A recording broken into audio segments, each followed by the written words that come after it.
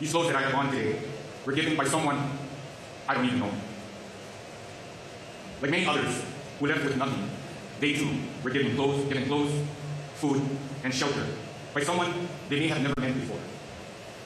We are a community that relies on family, on ohana, whether by blood or by friendship. But like many others, my son's home burned out. My daughter's home burned out. My home burned out. My parents of 59 years home burned to the ground.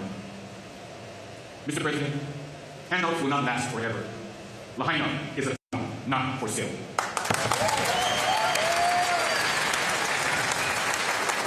So please, we need your expeditious support to rebuild our community back. Did Joe Biden fall asleep in Maui while at an event discussing the aftermath, hearing accounts from survivors, and spending some time in the area following this devastating event? This is being fact-checked right now, and we're being told that Joe Biden did not fall asleep while at this event and listening to survivors recount that day, the lives lost, and how this is going to be affecting them for many, many years to come. And the thing is that, we can easily be told that he didn't fall asleep, he's just looking down, and that's highly possible. I think the thing to take away from this is that whether or not he actually was sleeping, there's a lot of different factors going into this. This is the President of the United States. Optics are everything. And the fact that you look like you're sleeping at an event, whether you are or not, the fact that we're having to have fact checkers look into whether or not you were asleep means something. It's the optics of it. And this coming on the heels of him spending several days on a vacation on the beach while people in Maui are suffering. Again, it's the optics of it all. So Joe Biden may or may not be sleeping at this event. They're going to tell us he's not sleeping, that he's just looking down. But there are different moments, and unfortunately in this clip, the way that it's panned out, the area where I think it's happening is actually zoomed very far out, so it's really hard to see. But there have been some other clips that show a more zoomed in version, and it's that whole thing of whether or not he actually is asleep, the fact that we're even having to have this level of discourse on whether or not the President of the United States is sleeping at an event that is following a horrific, devastating, apocalyptic-like, life-changing event for citizens of the United States, that means something. This is a man that wants to run again for the presidency, and we're told that he has the stamina to be a president. We're told that he's going to do everything that he can while in this position to help us, the people. But that's a load of bull, as we see. The people of Maui are suffering. They're not getting the amount of supplies that they need. Supplies that are being provided are being taken by FEMA and not necessarily distributed in the correct way that they should be. But again, it's the optics. And the other fact is that this is not the first time that something like this has happened, that the president has been found sleeping. He was found sleeping at the COP26 event. I call on you to commit to concrete actions to stop the destruction of this magnificent planet. This conference is one of the most important meetings in history. You have the chance to make decisions and reach agreements which will affect the lives of generations to come. You are in a position of extraordinary power. You can change forever the trajectory we are on. You can make a world that is once again full of hope, not fear.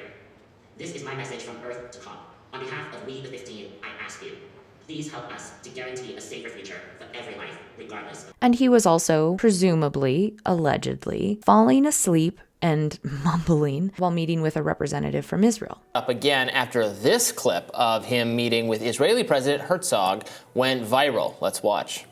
We brought Israelis and Palestinians together at a political level, and Akwa and as well as Shram. And as I affirmed. So it's one of those things, he may or may not be asleep, but it's the optics of this. And Joe Biden has said it himself. He's made quips about sleeping and not knowing how people can do it. You got on a plane, you were sworn in, got in a plane, and if you fall asleep while you're here, it's okay.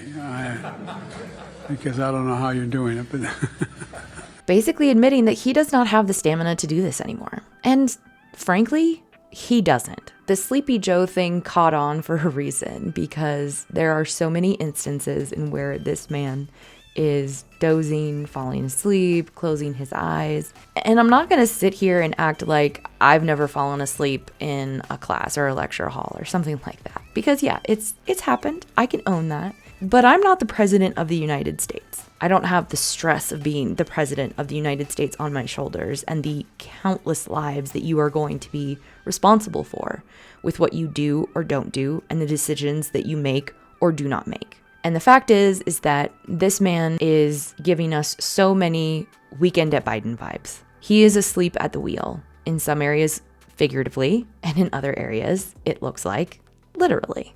And that's not our fault. It is not our fault to be calling out the president of the United States that looks like he is falling asleep at an event that is for the remembrance of victims of the deadliest wildfire in the United States in modern history. It is not our fault to question this. It is not our fault that we find this atrocious. We should find this atrocious. If Trump was doing this, people would be all up in arms, as they should be. Our leader should not be falling asleep. And if he is falling asleep or being so exhausted that he's not getting the right amount of sleep that he should be getting, then he needs to be getting some sleep. He needs to get some rest. And maybe, just maybe, this is not the person that should be leading our country in 2024. Maybe, just maybe, this is not the person that we should be voting for when it comes to the countless issues and serious factors going on in our country and outside of our country that this man is in charge of. Just maybe, we shouldn't be voting for someone like Joe Biden. I know I'm not. I don't know about you. So let me know down in the comments below what you think. If you like this video, please hit that like button and also subscribe. Share with anyone that you think might find this information helpful. And as always, stay safe, take care, and be kind to each other.